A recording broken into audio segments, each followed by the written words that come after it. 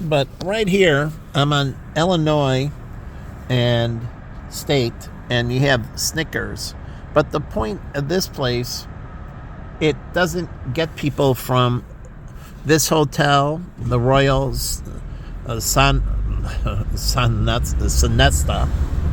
and it doesn't get them from the Garden and everything else. And this used to be Rock Bottoms, and I like Rock Bottoms, and this is where I drank Fat Tire beer. And I actually used to go to Rock Bottoms in Colorado and drink Fat Tire beer because that's where you could only get Fat Tire. It didn't have distribution really outside of Colorado. It was very few places. And so I went to Rock Bottom to get Fat Tire beer.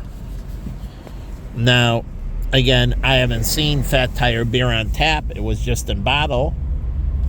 But it's a really good beer. And here, I'm down here, but there's opportunities. Like, here's a high-end steakhouse, Mastro's, right? I've only been here for a Diet Pepsi. I've never eaten here.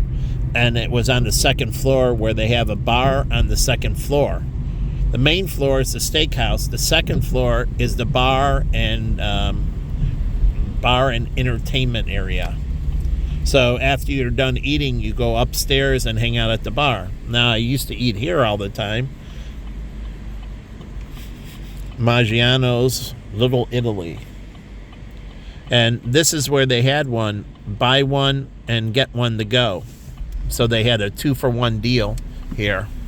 But this is what Melman started, and he started the Corner Bakery, which hasn't grown to compete with Panera. And I don't understand why it hasn't.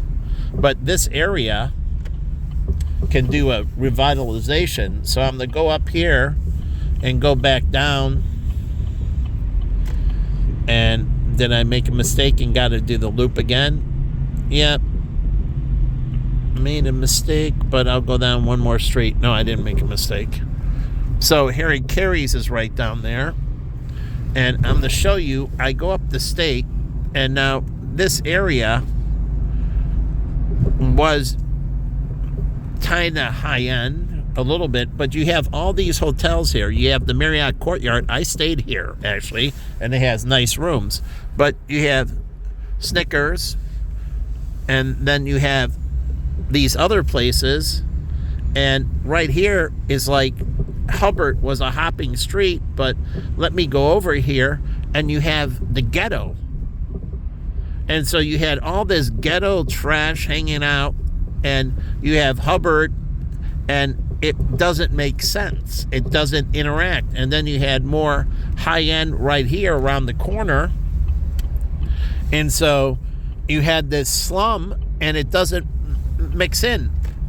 This Kenzie is a very nice boutique hotel, truly. And then you have the STK Steakhouse, and then you have Harry Carey's, and they have some memorabilia, lots of memorabilia in that restaurant. And then you have Marriott Resident Inn, and you have all these places right here. And then this used to be a Ruth Chris Steakhouse, and I wish Ruth Chris would come back to Chicago. Now, this is something else, but I would like to see Ruth Chris open again. Now, this is the dueling piano contest, where my friend Robo used to be here. But you can have dueling keyboards as well if you don't have a lot of space, and that's what they can do at another place, because they have very little space. So get 2 keyboard people, and yes, they're going to stand up and not sit down, and they're going to be a little bit more animated, like Coldplay standing up and playing. But you have the dueling keyboards instead of the dueling pianos because there's not enough room.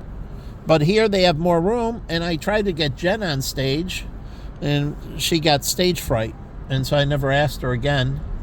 It's like David. I asked him to be on CNBC. I could have got him on CNBC, and David refused. David had stage fright. He didn't want to go on. I'm like, but I can position you. And he said, no, I don't want to go on CNBC. But again, he would have been great. So there's opportunity here for redevelopment. because it doesn't fit. And so this area right here, and this is part of the River North, which I was part of this chamber. And we used to go around to the places and put the little River North tag on the door, showing that they were part of the River North. They supported the River North Chamber of Commerce. And I used to come all the way down from Buffalo Grove every morning to be down here for like a 7 o'clock in the morning or 8 in the morning. I forget, it was 7 or 8 in the morning. And I had to drive all the way down to come down here for the chamber meeting. And David came all the way down from Oak Park, and we both did. And for the chamber meeting, they all worked down here and everything, but we left and went back to Rosemont after the meeting. So sometimes we had a little follow-up meeting, but most of the time we ended up going back to Rosemont. So I spent all this time trying to help develop the River North community. Truly. Marshall's has a big sign here, but I don't know where Marshall's is. I know where TJ Maxx is, and it's nice. They're next to Burlington. And then there's a Five and Below on State Street, which is great. When you spent a lot of money at a higher end retail, Five and Below, you can buy some more, but so you can integrate high end with value buys, and they do work. You just got to make sure that your merchandise as the value buy fits in with what would complement what they're doing from the high end. So they can integrate together.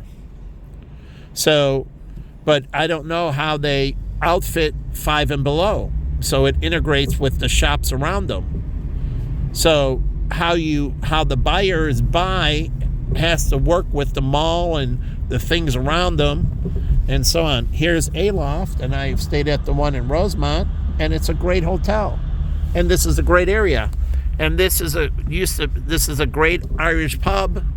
And I went here with the Fuddos, the Swedish Chamber of Commerce. I was a member of the Foreign Chamber of Commerce, the Swedish Chamber of Commerce. It was for Sweden, promoting Sweden in here. And their big member was IKEA. And I was part of it. And you know what they like to do? Play hockey. And what did they play? Floor hockey. And where did we play floor hockey? On Foster Avenue. And I think it was at North Park College, actually. North Park College, we played floor hockey. They're from Sweden, and they play ice hockey sports. They do ice skating and a lot of ice sports. And so I went and played with the chamber floor hockey. And it was really fun. They were nice to me. But the thing is, I don't speak Swedish, and kind of stunk when they started speaking Swedish. I couldn't understand anything they were saying, and I felt left out. When they started speaking Swedish, I felt excluded, and I didn't feel good.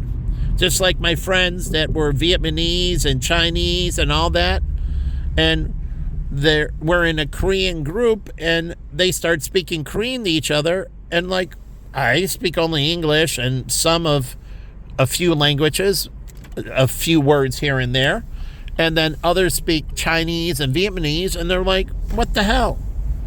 We have no idea what you're saying, and you just excluded us. And they got mad and they left the group. And I used to get frustrated too. I'm like, stop speaking Korean. Not when you're around somebody who doesn't speak Korean, it's rude. If you all speak English, then speak English. Because that's how you isolate somebody, make them feel like an outcast. So, again, it didn't work, and people would get upset. So here's Soundbar, and there's a couple. This is the Concrete CC, Concrete Cowboy, but I don't know if it's still there. It's gone. So anyways, this is right off the River North area, and this sushi bar where they use tablets originally here. When I went in, you order off a tablet. So just like they're doing now in Chinatown in the one place. But again, this place, this park something, was a good burger place. But anyways, they have some more lighting here. It makes it nicer. But this color is horrible. Whoever chose this color makes me feel kind of sad and kind of sick. Truly. So why did they choose this color? What was the aesthetics they were trying to accomplish by choosing this particular color? And how does it affect the functionality, and how does it preserve the steel and so on? Because I just don't see it. Because it's not a bright yellow for safety, and also the reflect, so the steel doesn't get warm. I don't know how they chose this color, but whoever chose it made a bad mistake. It's a wrong color. But anyways, this is a very nice area off of Chicago Avenue.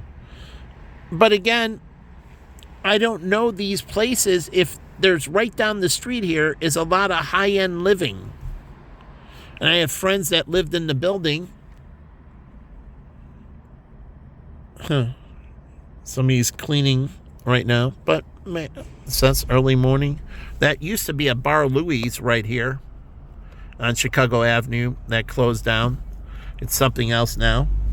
But the whole point is, this diner right here, the Griddle, there's so many people that live around here in this building and right down the street on Chicago Avenue. Does it tap in? These people have big incomes. Is it tapping in to the wealth it has, or is it driving people from far away? And so, truly, all this area here is filthy rich. Why wouldn't they come here for morning breakfast? Or if they wanted something late night, or get a delivery from here, the 24-hour Griddle. I can't go in. We got no money right now. But again, they're not tapping in. All these residents down here, and there's all this disconnect with these businesses, and they don't get any of the local business. It's just like going in and people shaking their legs like Pokey Hale and getting, it's like, I don't eat in Buffalo Grove anymore. Because the girl at Noodles was a jerk. The girl at Starbucks was a jerk. Truly.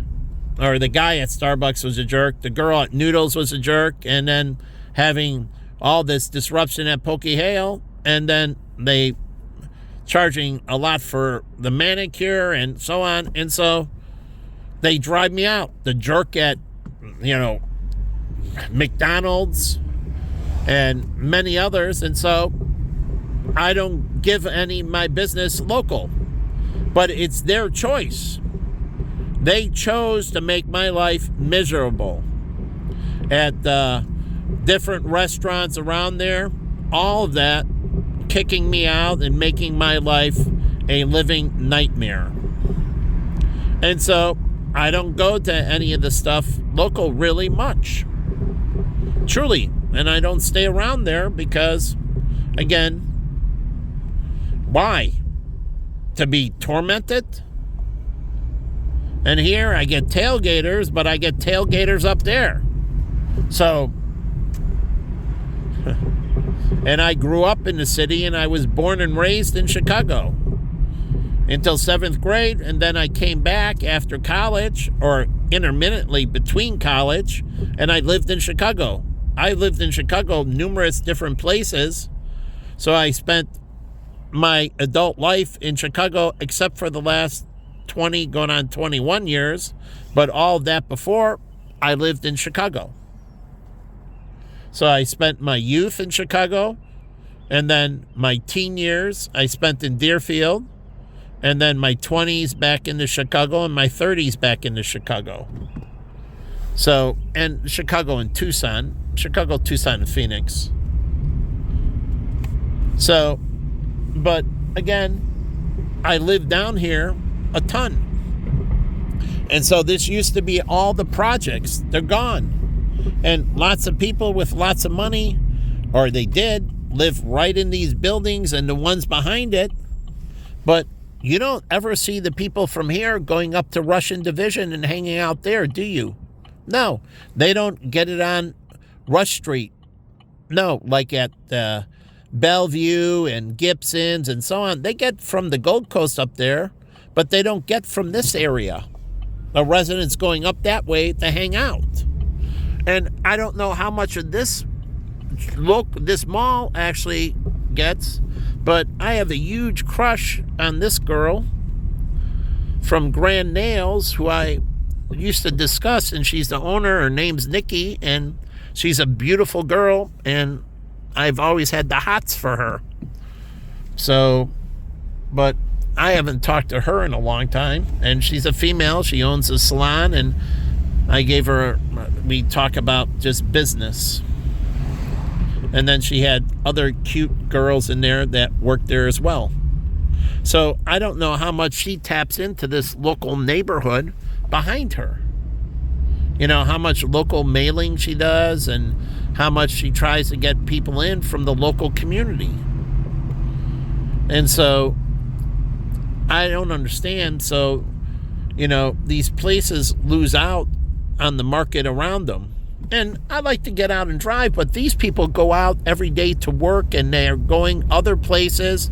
And so staying local, like Jen liked to stay local because she travels here, she goes there, and staying around the house was good because she didn't get much of that. So when she came home with me and came back, she wanted to spend as much time with me and around the house and that. And that meant good times, Nookie and many other things, but it just meant good times being together, watching a movie or doing something together, truly, even doing Bible study with each other together. So, again,